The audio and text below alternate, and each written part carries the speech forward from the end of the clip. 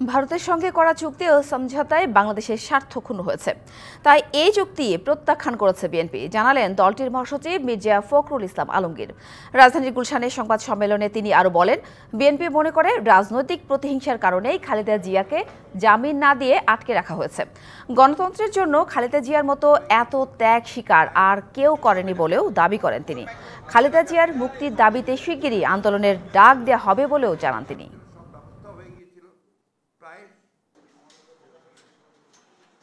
ভারতকে সকল প্রকার সুবিধা প্রদানের বিনিময়ে ভারতের কাছ থেকে বাংলাদেশের কোনো স্বার্থ আদায় করতে শেখ হাসিনা সম্পূর্ণ ব্যর্থ হয়েছে।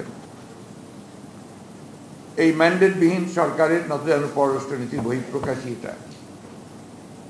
এই অবৈধ সরকার অপরিকল্পিতভাবে বাংলাদেশকে ভারতের উপর নির্ভরশীল করে ফেলছে। সবাই এই চুক্তিগুলোকে বাংলাদেশের স্বার্থবিরোধী হওয়ায় বিএনপি এই চুক্তিগুলি প্রত্যাখ্যান করছে। নগদের কাছে সব গ্রাহকই প্রিয়, তাই তো সারা দেশে ক্যাশ আউট চার্জ সবচেয়ে কম।